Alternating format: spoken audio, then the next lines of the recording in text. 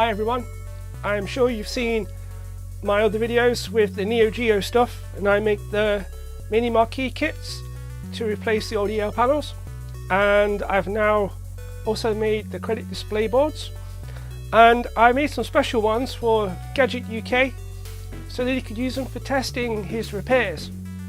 And while I was talking to him, he said, is this possible? This is the board for the memory card for the Neo Geo 4 and 6 slots.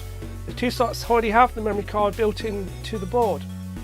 So this connects into the front of the Neo Geo, gives you the memory card reader and also the headphone sockets.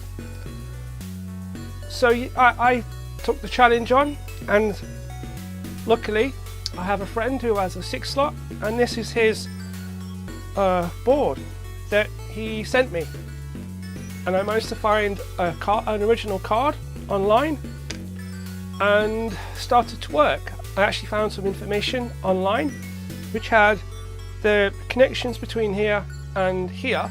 They weren't done very well, so when this one arrived I basically confirmed what I had found on there and made myself a schematic, and then designed the board the best I could, printed it out first to get an idea if the scale was right and to get the holes to match up. Then it's a matter of finding these parts on DigiKey, and I had a few parts that I didn't have schematics for on Easy EDA, meaning this part, and also the part that I brought doesn't actually match this pin for pin. It's the same on the PCMCIA port, it's not the same pin on the back. So I had to make up that part so that I could lay it down onto the circuit. So that was basically the first part. Then I didn't have any leads, so again using parts from DigiKey, I made up these 2 leads, and they're 60-way IDC, and the way that they were designed on the Neo Geo is just a straight pass-through cable. Now on the original ones they're wound round, which is really tricky to do because you'll have to cut those to get it to go into a nice proper circle without damaging the cable. I don't know if they have any shielding on there, I've not seen one myself, but this works. These aren't quite long enough, they need to be a little bit longer, but you can just I can buy the cable to whatever length I want and then cut them down. So that was the next step, and then I actually made sure that this works and that this works in the original board on my Neo Geo. Today this arrived, I've not opened it yet. So these are the boards that I had made.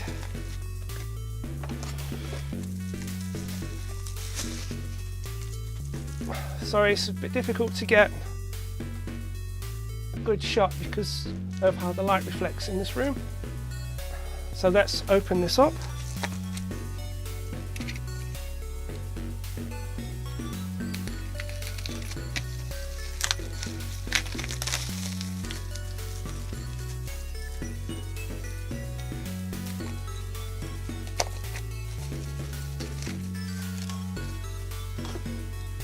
So as normal, you have to have 5 boards made up.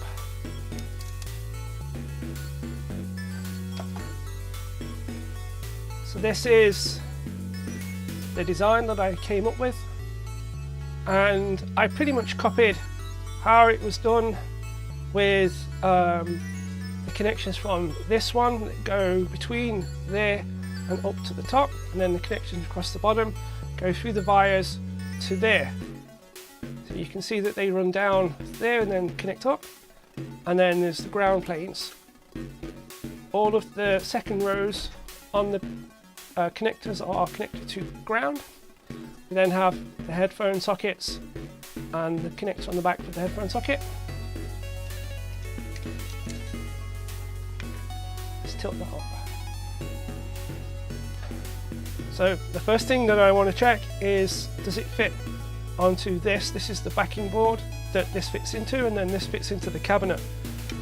So I don't know if this is something that will also need to be made.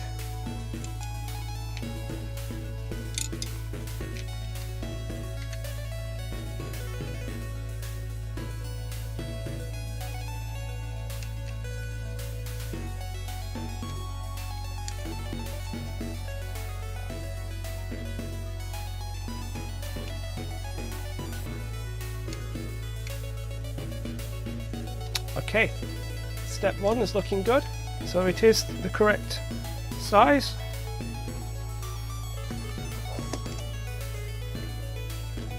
So that will go like that. The headphone sockets line up correctly as well. These are the connectors for the ribbon cables.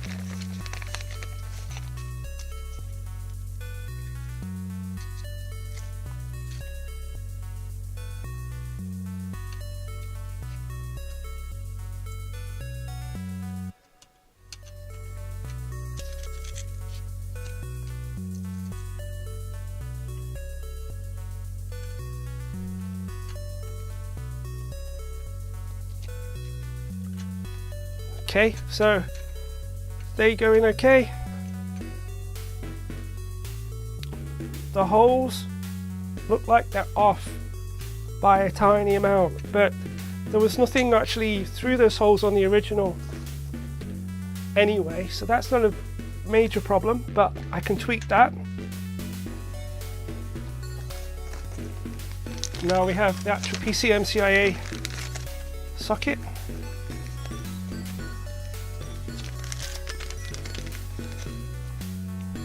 So like I say, this isn't the exact same as the one that was on the original. You can see on the original it's got the 2 bolt holes. This has only got the 1, but this is a lot cheaper than that, and nobody had that in stock. So I had to go with what I could find. So that sits on there like that.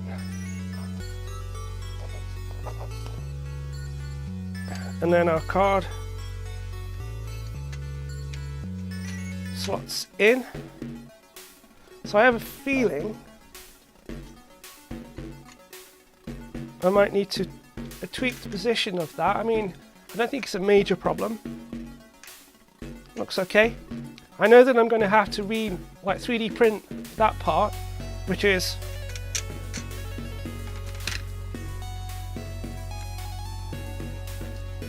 I'm going to have to 3D print that part, which is like stress relief for the card to keep everything in place.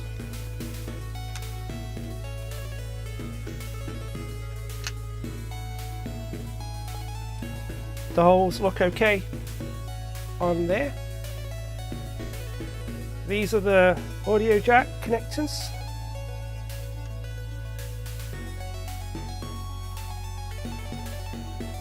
So that's okay.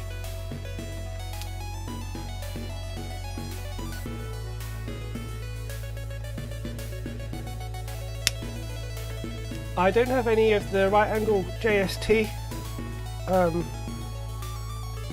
so we can just use a 90-degree connector, and then I can use some DuPont connections for that.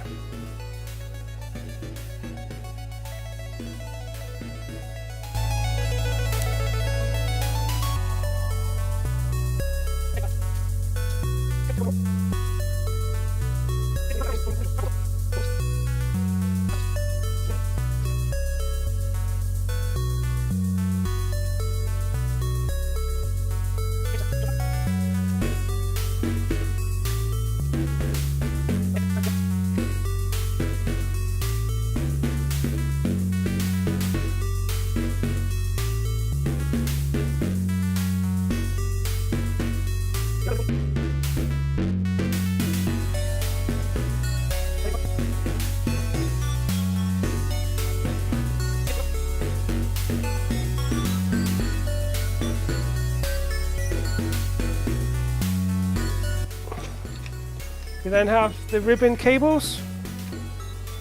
I also want to change these so that the thicker ones they have the cable retention and will actually work better with these sockets so that they get pushed back out properly.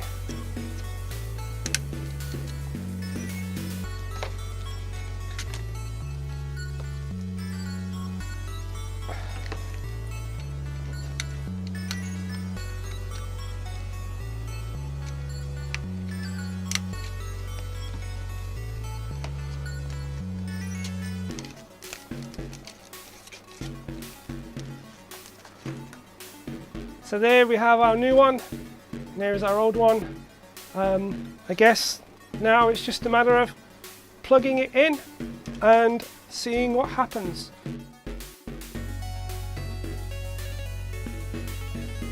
Sorry about the mess, but this is my overflow kind of storage room.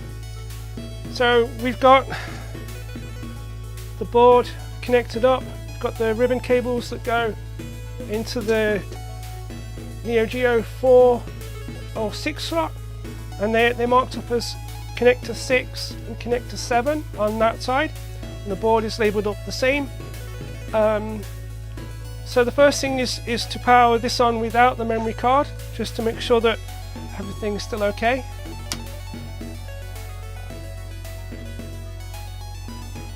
So step 1 is okay.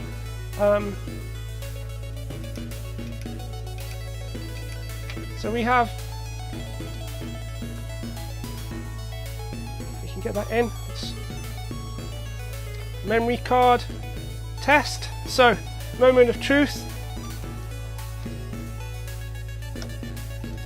Memory card okay. Wow, I am amazed that I got that right first time. So I guess the next thing to do is actually find some way to actually save a game, and so I'll have to see if I've got any games that I can actually save on, and then we'll come back. Yay!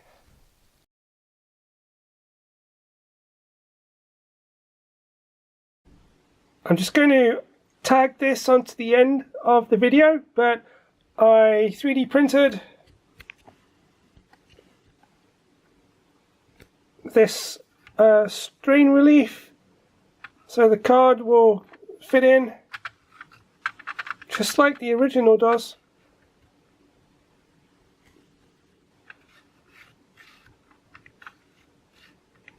And doesn't have to wobble about just as much. If we put the original one back on, you see that it's just the same. It's not overly tight. Take that back off again.